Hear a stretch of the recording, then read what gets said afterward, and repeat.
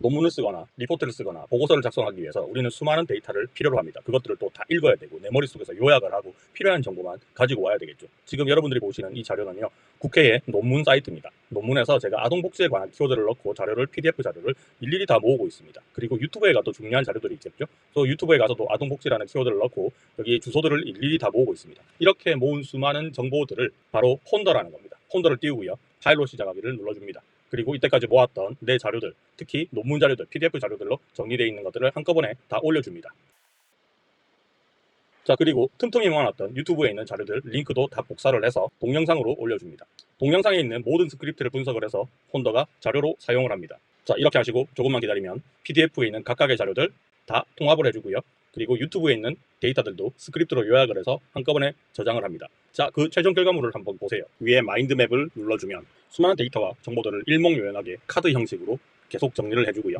그리고 내가 필요할 때마다 AI 에이전트를 눌러서 질문할 것들이 있으면 질문을 해주면 돼요. 이미 검증된 자료를 넣었기 때문에 할루시네이션에 대한 걱정도 없고, 그리고 웹과 동시에 비교를 해서 결과물을 만들어주기 때문에 최신 정보라는 것을 항상 유지할 수 있습니다. 안녕하세요, 윤대닷컴 이동윤 대표입니다. 오늘은요, 폰더라는 AI 서비스를 리뷰해드리겠습니다. 이 폰더라는 서비스는요, 원래 이름이 리서치 플로우라는 이름이었어요. 근데 그게 폰더로 변경이 되었고요. 뭐 하는 프로그램이냐 하면 수많은 그 자료들 있죠. PDF 자료, 텍스트, 그 다음에 웹 링크, 유튜브 이런 자료들을 한 대 다 때려 넣어요. 때려놓고 거기서 우리가 원하는 결과물을 뽑아낸다.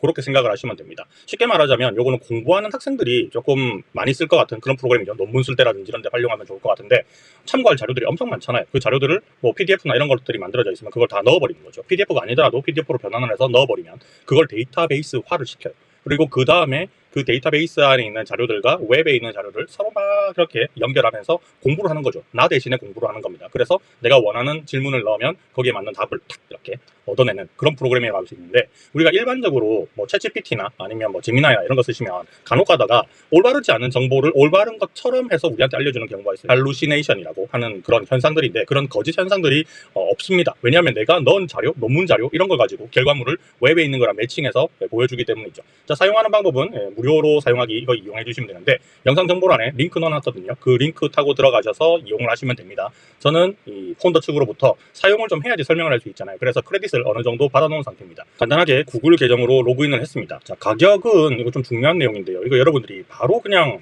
가입을 할 필요 없고요. 제가 링크를 제공했지만 링크 타고 들어가시면 이렇게 가격대가 아마 좀 나올 겁니다. 공짜로도 이용할 수 있습니다.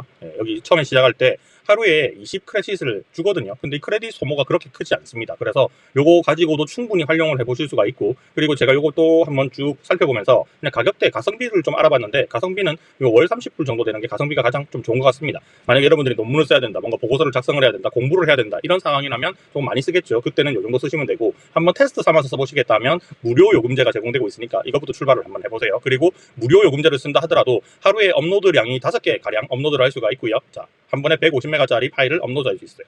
PDF 파일로 따지고 보면 150메가가 어마어마하게 큰 수치인 거 알 수 있습니다. 자, 일단은 이런 화면이 나타나죠. 이 화면에서 옆에 보면 홈이 있고요. 그리고 폰더라고 되어 있고, 그 다음에 채팅, 스페이스. 이 스페이스는 내가 자료를 넣는 공간 같은 걸 이제 생각을 하시면 됩니다. 일단 처음에 시작하실 때는 폰더를 누르면 제가 이게 이때까지 쭉 했던 것들이 있죠. 여러분들한테 설명드리기 위해서 테스트를 해봤을 거잖아요. 그 테스트 했던 결과들, 그러니까 저장되어 있는 것들이 나오고요. 처음에 시작을 하겠다 그러면 홈을 누르면 됩니다. 그러면 이렇게 한글을 또 지원을 하니까 한글 모드에서 작업을 할 수가 있어요. 여기 눌러보시면 여러 가지 언어를 지원하는 거 보실 수 있을 겁니다. 그리고 얘는 기본적으로 소넷으로 세팅이 되어 있는데, 소넷으로 세팅을 하면 크레딧이 조금 많이 소비를 합니다. 8 곱하기 8이라고 되어 있죠. 그리고 기본적으로는 요거 눌러 놓으시면 여러분들이 이제 사용하는 거에 알아서 자기가 자동으로 세팅을 해주는데, 아마 이게 제미나이로 세팅이 될 겁니다. 제미나이가 가장 좀 저렴하고요. 근데 플래시 버전이죠. 프로 버전이 아니고. 그 다음에 GPT-5 소넷이 있는데, 저는 소넷을 그냥 사용을 하도록 하겠습니다. 하루에 20 크레딧 정도 주니까 충분히 이용할 수 있을 것 같아요. 자, 밑에 보면 폰더라고 되어 있고 챗이 되어 있습니다. 챗은 챗GPT나 제미나이하고 똑같이 질문을 하면 답변을 빠르게 주는 거고요. 폰더 같은 경우는 엄청나게 지식 데이터베이스를 내가 좀 많이 제공을 했다 그러면 그걸 토대로 해서 뽑아내주는 그런 기능이라고 보시면 됩니다. 폰더를 시작을 하고요. 자, 질문하고 싶은 내용을 입력하세요. 요거로 하기 전에 이 폰더를 제대로 쓰는 방법은 파일로 시작하기, 요거를 쓰시는 게 좀 좋은 것 같아요. 자, 파일로 시작하기를 누르면요, 여기 업로드할 파일을 올리라고 하는데, 이미지, 오디오, 비디오, 문서, PDF 이런 것들을 전부 다 지원합니다. 그냥 여기다가 넣으면 그냥 다 지원이 돼요. 자, 만약에 웹 주소가 있다 그러면 웹을 눌러가지고 웹 주소를 넣어도 되고요. 뭐 유튜브 링크 같은 거 넣어도 됩니다. 그 다음에 온라인 동영상 이런 것들도 지원하니까 요것도 넣어도 되고, 그리고 텍스트, 이건 말 그대로 엄청나게 긴 장문의 txt 파일 같은 거 있잖아요. 그거 쭉 긁어가지고 여기다가 붙여 넣어도 됩니다. 자, 그 다음에 여기 보면 스페이스 파일이라고 되어 있는데 이걸 누르시면 내가 업로드했던 거에서 꺼내가지고 만들어 놓을 수도 있는 거고요. 자, 그게 아니라 지금 그냥 단순히 PDF 하나만 넣어서 만약에 작업을 해보시겠다 하면 요걸 바로 누르시면 돼요. 자, 여기 눌러가지고 자, 여기 보면 PDF 자료들이 잔뜩 있거든요. 저는 여기다가 제가 썼던 뭐 책이라든지 이런 것들도 한번 넣어봤습니다. 이런 것도 넣어보고 그 다음에 제가 최근에 폰을 삼성폰으로 바꿨거든요. 플립을 바꿨는데 그 매뉴얼을 인터넷 찾아보니까 있더라고요. 이 매뉴얼을 한번 선택을 해보겠습니다. 선택을 해서 열기. 뭐 논문 자료는 아니겠지만 PDF로 된 자료가 뭐라도 있으면 이렇게 넣을 수가 있어요. 뭐 PDF 자료가 아니다 그러면 우리 보통 문서 편집기나 이런 데서 내보내기 할 때 PDF로 설정을 할 수가 있잖아요. 그럼 PDF 파일을 만들 수가 있는 거죠. 그 데이터를 넣어도 상관없습니다. 자, 이렇게 파일을 쭉 올리게 되면 무료로 쓸지라도 하루에 5개 정도의 파일을 올릴 수가 있고요. 그리고 제가 지금 삼성의 플립 7 매뉴얼을 올렸는데 이 용량이 그렇게 또 크지도 않더라고요. 자, 이렇게 해서 업로드가 될 때까지 살짝 기다려 주시면 됩니다. 자, 업로드가 끝났어요. 자, 그러면 이게 파일이 올라간 게 확인이 되고요. 그리고 안에 내용을 이미 다 분석을 했습니다. 그래서 안에 보면 뭐 요거 모델 주요사항 이런 것도 있고 AI 기능에 대해서도 안내가 되어 있고 카메라 뭐 어떤 거에 대한 설정, 장점 이런 것도 있고 여러 가지 이 매뉴얼에 핸드폰 매뉴얼이죠. 매뉴얼에 포함되어 있는 데이터들을 이미 다 분석을 했어요. 자, 여기다가 자료를 더 넣고 싶으면 밑에 더 눌러가지고 더 넣어도 됩니다. 뭐 누군가가 리뷰를 했다고 치면 유튜브에 있는 리뷰 링크를 넣어도 되고 아무거나 넣어도 상관없다는 거죠. 자, 이 내용들을 요약본이 지금 여기 나와 있는 거고요. 그리고 마인드맵을 탁 눌러주시면 문서 보기, 그 다음에 파일 브라우저 두 개가 위에 나오거든요. 파일 브라우저는 지금 이게 PDF 파일이라고 했잖아요. 그래서 그 PDF 파일이 여기 그대로 나오는 거고요. 페이지가 176페이지니까 요거를 쭉 볼 수가 있는 기능이고 이게 우리가 데이터베이스라고 보시면 됩니다. 그리고 문서 보기를 누르면 PDF 파일을 전부 다 텍스트화를 시켜버렸어요. 그래서 그 내용들이 여기에 또 쭉 들어갑니다. 자, 시간이 조금 걸리는데 요 내용을 전부 다 분석을 해서 지금 얘가 뭘 하고 있느냐 뭘 하고 있느냐 하면 PDF로부터 데이터를 뽑아가지고 얘네들이 내용을 정리를 하기 시작해요. 제품 개요부터 시작해서 그 다음에 여기 보면 시작하기, 이 아마 목차 부분을 지금 읽어낸 것 같고요. 그리고 여기서 좀 더 지나가면 여기 숫자가 있는데 이 숫자가 쫙쫙쫙쫙 올라가고 있는 게 보이시죠? 자, 이렇게 해서 4페이지 지금 만들어내고 있다라는 건데 요게 페이지 개념은 아니고 어떻게 보면 소제목 같은 꼭지별로 추출을 하고 있는 중이라고 보시면 됩니다. 자, 말하는 도중에 지금 6, 7까지 넘어갔어요. 자, 6까지 나왔네요. 자, 제가 이걸 열어보니까 자, 요거 있죠? 요걸 탁 눌러보면 이렇게 쭉 열리거든요. 열리면 이 매뉴얼이잖아요. 그 매뉴얼에 포함되어 있는 내용들을 이렇게 일목요연하게 카드 형식으로 다 펼쳐줍니다. 이렇게. 자, 그러면 이제 분석이 끝났다는 거예요. 전부 분석이 끝났어. 자, 이건 매뉴얼이잖아요. 매뉴얼 폭이 두꺼워요. 170페이지 가깝게 되는 거죠. 근데 내가 매뉴얼을 폰을 쓰다가 보면 뭘 기능을 찾아봐야 될 때가 있잖아요. 우리가 보통 그럴 때 되면 뭐 유튜브나 블로그 같은 거 뒤져가지고 기능들 찾아내는데 어쨌든 내한테 매뉴얼이 있는데 이걸 내가 다 외울 필요는 없으니까 내가 여기서 필요한 정보들만 발췌를 또 할 수가 있습니다. 자, 이렇게 쓰시다가 위에 보면 AI 에이전트라는 기능이 있어요. 얘를 딱 눌러줍니다. 자, 그러면 여기서부터 이제 대화를 할 수 있는데 이 대화에다가 무엇이든 물어보세요 라고 돼 있잖아요. 자, 여기 부분에다가 자, 제가 폰에 배터리가 요새 빨리 닳는 것 같은데 배터리를 아낄 수 있는 기능에 대해서 어떤 설정을 하면 되는지가 자, 궁금하다 이런 경우가 있잖아요. 그럼 여기에 배터리를 아낄 수 있는 설정. 자, 그렇게 해서 설정이 궁금하다, 궁금해. 자, 이런 식으로 해서 질문을 던져주는 거죠. 자, 그러면 AI가 이 PDF 자료를 토대로 해서 배터리에 관한 부분들이 쫙 있을 거잖아요. 그걸 자기가 다 뽑아냅니다. 그리고 이와 동시에 웹에 있는 정보까지 다 끌고 오고 있는 거예요. 서로 매칭이 돼서 이 정보가 맞는지 안 맞는지, 맞지 않는 웹에 있는 정보만 버려버리고 맞는 거면 다 끌어모으겠죠. 그래서 이렇게 모아줍니다. 자, 작업을 완료했다라고 되어 있습니다. 자, 사용 설명서에서 배터리 관련 정보를 추출을 했고, 자, 배터리 사용 시간을 늘리는 구체적인 방법을 사용자 친화적으로 설명을 하겠다. 절전 모드나 디바이스 케어 등 주요 배터리 기능, 그리고 배터리 설정 메뉴 접근하는 방법, 옵션, 그리고 정리된 정보를 새로운 노드로 생산하거나 기존 구조에 통합하겠다라고 했잖아요. 그럼 여기 보면 배터리 전략 생성 가이드라고 해서 배터리 전략 설정 가이드죠. 설정 가이드라고 해서 새로운 이 카드를 하나 만듭니다. 이걸 여기서는 노드라고 부르거든요. 자, 여기서 보시면 배터리 시간, 사용 시간을 늘리는 방법에 대해서 쭉 나와 있죠. 이렇게 문구가 나와 있고, 절전 모드에 대해서 나와 있고, 설정하는 방법도 나와 있고요. 백그라운드 앱 제한하는 방법, 배터리 보호 기능 이런 것들이 나와 있어요. 자, 이런 식으로 해서 아주 많은 자료가 있었는데 그 자료가 PDF 하나일 수도 있고 여러 개일 수도 있잖아요. 거기서 관련된 정보들을 다 쫙 모아가지고 하나의 문서로 이렇게 정리를 해줍니다.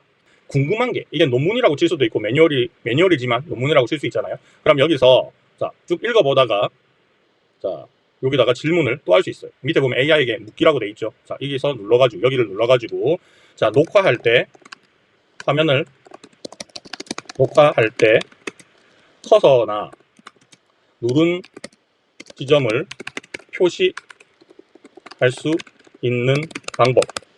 자, 저는 화면 녹화를 가끔 할 때가 있어서 요 기능이 필요하더라고요. 근데 이걸 만약에 내가 모른다 그러면 이렇게 물어보시면 되죠. 그러면 또 자료를 쫙 찾아가지고 AI가 열심히 지금 나의 비서처럼 일을 하고 있는 겁니다. 자, 데이터를 모아서 이렇게 설정을 어떻게 한다라는 것들도 여기에 안내를 쭉 해주네요. 이것도 자료를 따로 한번 내가 원하는 것만 추출을 해가지고 이렇게 뽑아냈잖아요. 그죠? 자, 이렇게 해서 설정이라든지 이런 것들이 여러 가지 정보들이 나옵니다. 자, 이렇게 해서 내가 궁금한 게 있으면 질문을 하고 거기에서 답변이 확장되고 하는 것들이 계속 이 정보 카드를 통해서 추가가 된다는 개념이다 라고 보시면 됩니다. 사용하는 방법은 이렇게 사용을 해요. 자, 그래서 제가 요걸 가지고 몇 가지 테스트를 더 해봤는데 수업 자료를 하나 올렸습니다. 요거는 대학생들한테 조금 유리한, 도움이 많이 되는 그런 정보니까 알아두시면 좋을 것 같아요. 자, 어떤 대학교에 뭐 아동복지론이라는 PDF 파일이 있어서 제가 그거를 구했습니다. 인터넷으로 구해가지고요. 업로드를 했고요.